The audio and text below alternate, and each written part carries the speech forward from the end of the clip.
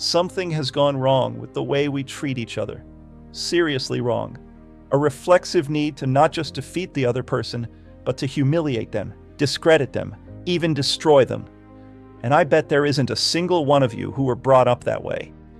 Yet today, this toxicity has become normalized. It is, at this point, simply the water we swim in.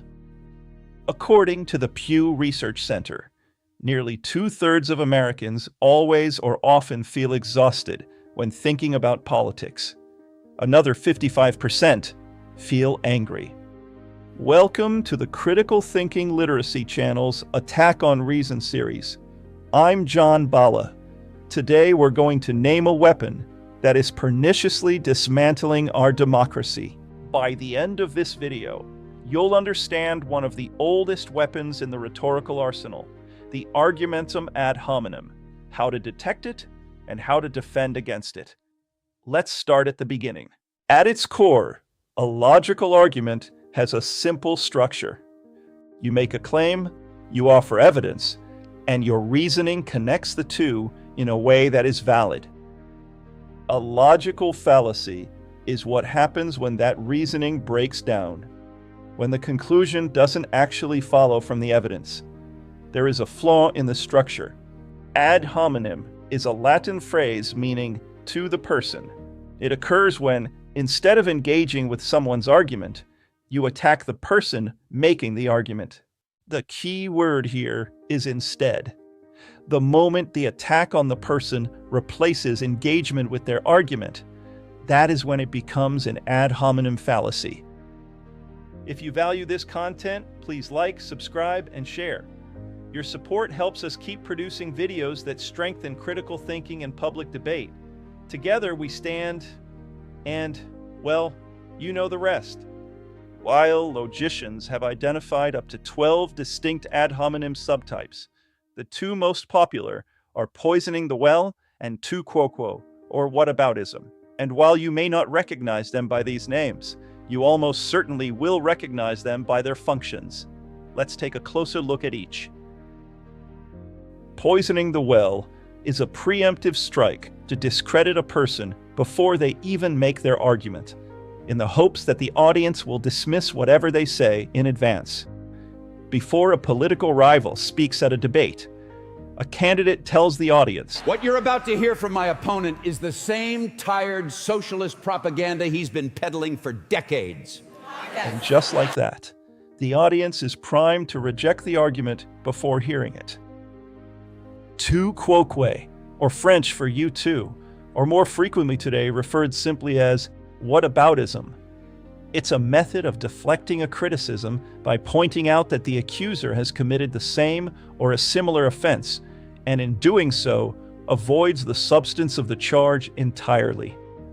How many times have you seen this fallacy play out on Facebook or Twitter? Too many to count. For example, a senator is accused of insider trading. He responds, "What about Senator X? She did the same thing in 2018. Whether Senator X is guilty is a separate question. It does not address or refute the charge against him. Let's see how the ad hominem fallacy plays out in the real world. Consider a recent high-profile congressional exchange between U.S. Representative Republican Thomas Massie and Attorney General Republican Pam Bondi. When pressed on a policy question about the DOJ's handling of the Epstein files, Bondi bypassed the substance of the inquiry and instead attacked Massie's professional character, said he was suffering from Trump derangement syndrome and a failed politician. He's listed as a co-conspirator. We invited you in. Shut the video. This guy has Trump derangement syndrome. He needs to get, you're a failed politician. This is a textbook ad hominem attack. But are all personal attacks ad hominems? When people hear the term ad hominem, they often assume that any criticism of a person is automatically an ad hominem fallacy. But that's not quite right. The key question is not whether someone's character is mentioned. The key question is whether that information is relevant to the claim being made. Let's start with the example on the left. A claim is made. A medication reduces hospitalization rates by 30% based on multiple randomized trials. Instead of examining the data, the response attacks the speaker's personality, calling them arrogant and suggesting they can't be trusted. Notice what just happened. The evidence was never addressed. The studies were never evaluated. The reasoning was never examined. The focus shifted from the argument to the person. Even if the speaker were arrogant, the data could still be valid. That is a classic ad hominem fallacy, an irrelevant character attack that distracts from the substance of the claim. Now look at the example on the right. Here, the speaker assures everyone that a medication is completely safe and should be adopted immediately. But a concern is raised. The speaker is a paid consultant for the company that manufactures the drug. This is not name-calling. It's not an insult. It's not a dismissal. It's a disclosure of a potential conflict of interest. And that matters.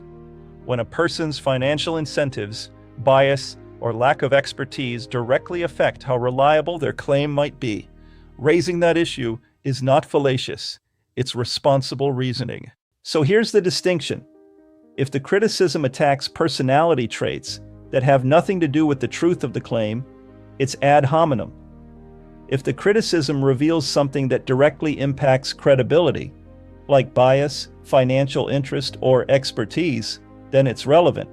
Relevance is the dividing line. Strong reasoning doesn't silence disagreement. It clarifies what matters. Before dismissing someone's argument as ad hominem, ask yourself, is the personal criticism distracting from the issue? Or is it exposing something that genuinely affects the reliability of the claim? That distinction is the difference between fallacy and critical thinking. The rule of thumb: is the personal information relevant to the validity of the argument? If it replaces the argument, it is a fallacy. If it informs it, it may not be. Data shows ad hominem attacks comprise 60% of all objection tactics in social media comments. This problem has exploded by 42 points since the 2016 election. Imagine, over half of social engagements are rife with ad hominems, insults disguised as arguments. Sure, ad hominems go back to the days of ancient Greece and Aristotle. It's not that they're new. Clearly they are not. It's that they now dominate social discourse. Something changed over the past decade that convinced the lion's share of society that insulting others was a good idea.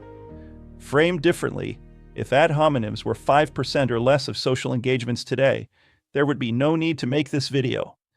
The problem lies in the sheer numbers that have normalized what was considered fringe behavior just a few decades ago. Here's what's going on in your brain during an ad hominem. When you feel attacked, your amygdala fires, triggering a stress response.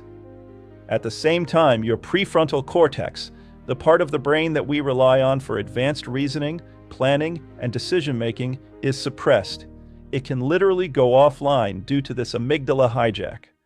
Your heart rate spikes, as does your blood pressure. You're overwhelmed with emotion and not in a good way.